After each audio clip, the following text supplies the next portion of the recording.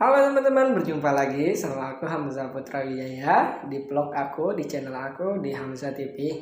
Nah, teman-teman, kalau di vlog sebelumnya kita baru bahas 2 poin tentang jenis-jenis strategi. Nah, kali ini di video ini kita akan bahas tentang poin ketiga, dimana tentang defensive strategi. Nah, saya jelaskan defensive strategi yaitu strategi yang digunakan pada saat kelangsungan hidup perusahaan terancam dan tidak lagi dapat bersaing secara lebih efektif. Nah, jadi strategi yang terakhir ini teman-teman biasanya digunakan ketika perusahaan akan mengalami kepailitan, tentang perusahaan terancam akan kebangkrutan. Nah, di defensive strategi ini ada beberapa strategi juga. Yang pertama itu ada 4 strategi. Nah, yang pertama itu ada turnaround strategi, turun strategi. Nah, di mana strategi ini biasanya digunakan ketika kondisi kinerja perusahaan kurang baik namun belum mencapai tahap yang kritis. Contohnya itu penghapusan produk yang tidak bisa menguntungkan. Nah, terus PHK. Nah, nanti kita bahas juga contohnya. Yang kedua itu ada divestment strategi. Nah, di mana strategi ini penjualan bisnis atau pemisahan perusahaan. Jadi perusahaan itu ibaratnya itu sahamnya itu dijual dulu separuh. Nah, kayak gitulah maksudnya divestment strategi ini. Oke, kita lanjut yang ketiga. Yang ketiga itu ada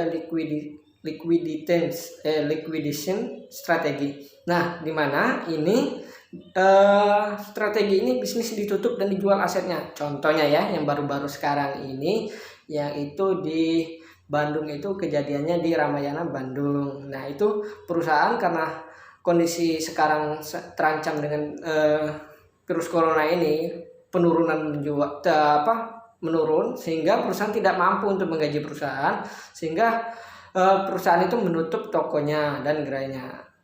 Selanjutnya itu ada combination strategi. Nah, combination ini adalah contohnya organisasi mencari pertumbuhan dengan cara akuisisi bisnis baru dengan disertai pula dengan menjual, memisahkan satu bisnis dengan bisnis lainnya.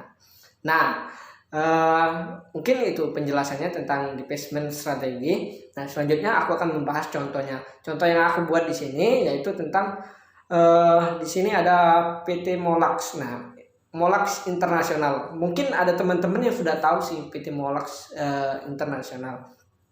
Nah, jadi PT Molax Internasional itu adalah sebuah perusahaan yang bergerak di bidang garment, di mana perusahaan itu berada di Jakarta, Tangerang, di Cilincing. Nah,